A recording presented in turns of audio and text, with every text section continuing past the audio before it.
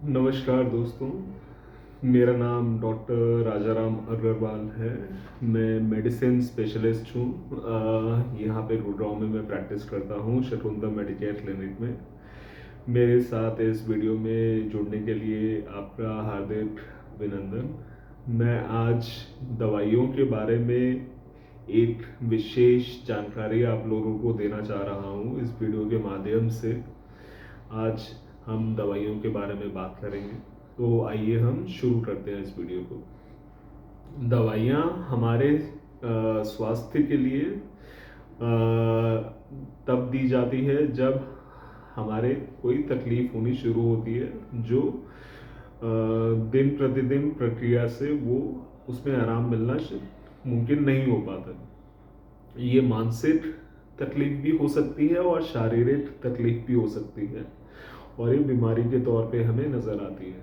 इसके अंदर अलग अलग तरह की परेशानियां होती हैं, जैसे बुखार आना, सर्दी खांसी होना, इन्फेक्शन का हो जाना जैसे TB, malaria, dengue, Covid, viral, या तो फिर बैक्टीरियल इन्फेक्शन या पेशाब का इन्फेक्शन होना जिसे यूटीआई वगैरह बोलते हैं, या तो फिर दर्द होना, मांसपेशियों में खिंचाव आना, नसों का खिंच जाना, झन्नाहट आना, शुगर का बढ़ना और शुगर की दवाइयाँ जो है वो उसमें चालू करते हैं, ब्लड प्रेशर का बढ़ना और उसकी दवाइयाँ उसमें चालू करते हैं, सर का दर्द होना जिससे migraine, cluster headache, tension headache प्रमुखता ये रहती है, या तो फिर दौरे की बीमारी।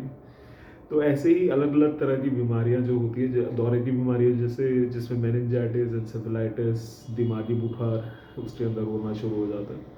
तो ऐसे ही अनेक तरह की तकलीफ के लिए दवाइयां जो हैं अलग अलग समय पे दी जाती है।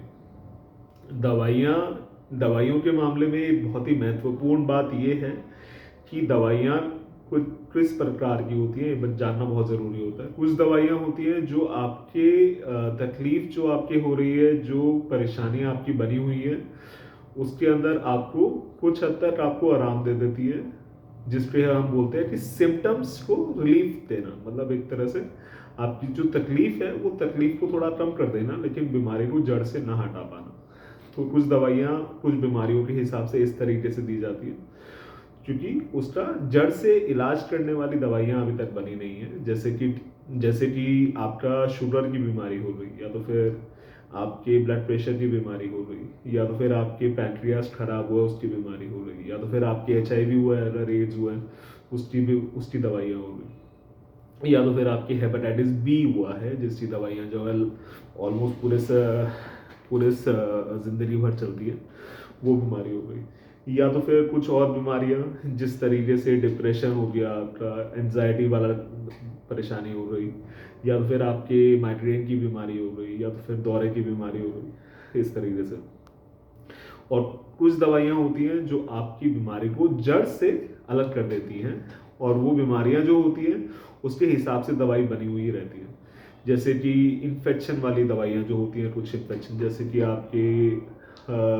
आपके टाइफॉइड का इन्फेक्शन हुआ है, या तो फिर आपके मलेरिया का इन्फेक्शन हुआ है, या तो फिर आपके निमोनिया बना है, या तो फिर आपके इन्फ्लुएंजा की बीमारी हुई है, या कोविड की बीमारी हुई है, तो इन इन तकलीफ के लिए दवाइयाँ जो है वो इस तरीके से रहती है कि आपकी दवाइयाँ बनी हुई है जो इस बीमारी को जड़ से खींच के आपके शरीर से अलग कर देती है। तो इसी तरीके से दवाइयाँ जो होती हैं उसका विभाजन भी किया हुआ है। हमारी भाषा में बोलें अगर, तो कुछ दवाइयाँ होती हैं जिससे हम एंटीबायोटिक कहते हैं। एंटीबायोटिक वाली बीमारी दवाइयाँ जो होती हैं वो मुख्यतः कीटाणुओं से होने वाली बीमारियों के लिए बनाई गई है। जैसे कि आपके टाइफॉइड की बीमारी होती है उसके लिए, टाइफॉइड का बुखार हो गया, खसरा हो गया, खांसी हो गई, निमोनिया हो गया, ये बैक्टीरिया से होने वाली बीमारी है, या तो फिर टीबी की बीमारी हो गई, बैक्टीरिया से होने वाली बीमारी है, तो इसकी दवाइयों को हम बोलते हैं एंटीबायोटिक। और कुछ दवाइयाँ होती हैं जो एंटीवायरल का नाम दिया हुआ है।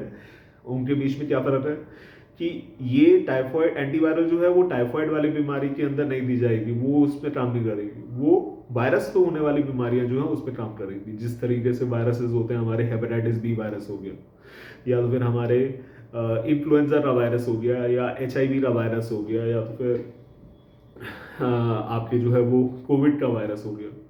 तो ये वायरस वाली जो बीमारियां होती है इसके लिए एंटीवायरल बनी हुई है, और एंटीबायोटिक्स जो होती हैं वो बैक्टीरिया से होने वाली बीमारियां जो हैं उसके लिए बनी हुई हैं।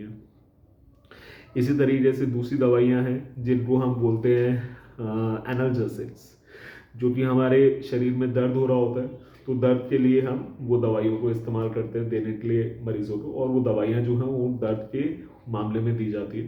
तो दर्द जो है वो अगर मांसपेशियों का दर्द है तो एनाल्जेसिक्स जो है वो मांसपेशियों वाले जो उसके दर्द दी जाती है। अगर दर्द अंदरूनी दर्द है, जैसे पेट का दर्द हो गया या तो फिर आपके नसों में खिंचाव का दर्द हो गया, तो उसके अंदर जो दर्द वाली दवाइयाँ होती हैं उनको दूसरा दिया जाता है, न्यूरोलेप्टिक्स बोलते हैं नसों की खिंचाव वाली दवाइयों को। और अंदर वाली जो है वो सोमैटिक पेन वाली जो दवाइयाँ होती हैं वो अलग उनका नाम दिया हुआ है। तो दवाइयाँ जिस तरीके से बनी हुई हैं और आपको दी जाती है उसके पीछे एक विज्ञान होता है, और वो विज्ञान की समझदारी जो है वो सिर्फ डॉक्टर के पास होती है। तो आपकी सेहत की बेहतरी के लिए ये आपसे गुजारिश की जाती है कि आप सिर्फ डॉक्टर की सलाह के हिसाब से दवाई लें। ये अत्यंत महत्वपूर्ण बात है आपके लिए, क्योंकि दवाइयाँ जो होती हैं जब फायदा करती हैं तो दवाइयाँ नुकसान भी करती हैं। इनफैक्ट जो दवाइयाँ होती है, बल्कि जो दवाइयाँ होती हैं वो हम उसी समय देते हैं जब दवाई से होने वाले फायदे उससे नुकसान से ज़्यादा ज़्यादा होते हैं। तो अगर ऐसा है कि दवाइयाँ जो हैं वो आपको दी जा रही हैं और उसका नुकसान जो है वो फायदे से ज़्यादा है, मतलब आपको वो नुकसान ज़्यादा करेंगी फायदे के मुकाबले, तो वो दवाइयाँ जो हैं वो आपको नहीं दी जाएंगी। इसी तरीके से ये जो नुकसान वाली चीज़ है इसको बोलते हैं साइड इफेक्ट्स होना, दवाइयों से होने वाले साइड इफेक्ट्स। तो ये चीज़ जो है वो अलग अलग तरह से होते हैं, जैसे कि शुगर। इसको अगर उदाहरण के तौर पे मैं आपको बताऊं तो शुगर की बीमारी के लिए हम दवाइयां देते हैं। तो कुछ शुगर की दवाइयां होती हैं जिनसे आपको बहुत ज़्यादा शुगर डाउन हो जाती है, इतनी ज़्यादा शुगर डाउन हो जाती है कि आप बेहोश हो जाते हैं। तो वो दवाइयां जो इस तरीके से करती हैं वो साइड इफेक्ट होता है उसका।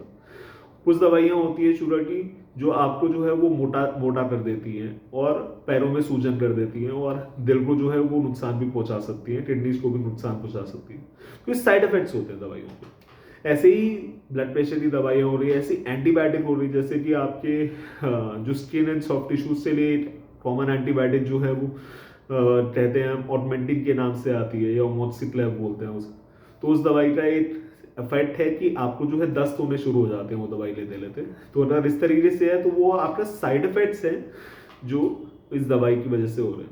तो वो दवाई से साइड इफेक्ट्स ना हो आपको, और सिर्फ बीमारी के लिए ही दवाई इस्तेमाल हो, इसके लिए आपको डॉक्टर की सलाह से ही दवाई लेनी चाहिए। क्योंकि डॉक्टर जो है वो आपकी सेहत और आपके शरीर के बारे में जो है वो ज़्यादा अच्छे से जानते हैं आपसे। तो आपको जो है वो ख्याल रखते हुए आपकी नज़र आपके हिसाब से आपको जो दवाई सूट करेगी उसी हिसाब से दवाई आपको दी जाती है। और दवाइयाँ जो हैं वो इस तरीके से दी जाती हैं कि वो ज़्यादा हैवी डोसेज या लाइट डोसेज के हिसाब से नहीं, वो सिर्फ आपकी बीमारी के हिसाब से दी जाती है। उसमें हैवी एंड लाइट का जो होता है वो हम इस्तेमाल जो है वो हम सोचते नहीं हैं इसके बारे में। हम सिर्फ बीमारी और शरीर के हिसाब से दवाई देना पसंद करते हैं इसलिए, और वही चीज़ हमें समझ में आती है इस चीज़ से भी। तो डॉक्टर की सलाह से आपको दवाई लेनी चाहिए, उनके पर्चे के हिसाब से लेनी चाहिए। अगर दवाई से आपको इफेक्ट हो रहा है, साइड इफेक्ट या कोई एलर्जी होनी शुरू हो रही है दवाई लेने के बाद, तो इसके लिए आपको डॉक्टर से तुरंत संपर्क में आना चाहिए, उनको बताना चाहिए, और वो डॉक्टर जो है वो आपकी ये चीज़ जानकारी लेके फिर आपकी दवाइयाँ जो वो चेंज करेंगे फिर आपकी। और यही मैं आपसे बात करना चाहता हूँ, चाह रहा था कि ये दवाई जो है वो बहुत ज़रूरी है, और दवाइयाँ जो हैं वो सही तरीके से लेना बहुत ज़रूरी है, और उनके बारे में समझना काफ़ी ज़रूरी है। अगर वो इस तरीके से नहीं समझेंगे आप, तो आप दवाइयाँ जो हैं वो सही ढंग से इस्तेमाल नहीं कर पाएंगे जिस तरीके से आपको सलाह दी गई है दवाइयाँ इस्तेमाल करने के लिए, और आपको जो है वो फ़ायदे होने की बनस्पत नुकसान होने की संभावना ज़्यादा रहेगी। तो आज हमने फिर इस वीडियो के माध्यम से दवाइयों के बारे में बात किया, अलग अलग प्रकार की दवाइयाँ हो या तो फिर दवाइयों के फ़ायदे नुकसान के बारे में, और दवाइयाँ जो हैं वो सलाह के हिसाब से लेनी चाहिए और बिना सलाह के हिसाब से नहीं लेनी चाहिए। यदि आपको ये वीडियो पसंद आया हो तो कृपया करके मेरे चैनल को आप सब्सक्राइब कीजिए, इस वीडियो को ज़्यादा से ज़्यादा लोगों के पास शेयर कीजिए, ताकि लोग जो हैं वो इसके बारे में जाने, ये ज़रूरी सूचना से लोग जो है उनको अवगत कराया जाए, और हमें जो है वो सब्सक्राइब कर लीजिए और अगले वीडियो के लिए हमारे इंतज़ार कीजिए। अगले वीडियो में हम आपसे दोबारा से मिलते हैं। इस वीडियो के माध्यम से हमारे साथ जुड़ने के लिए आप सभी लोगों का धन्यवाद।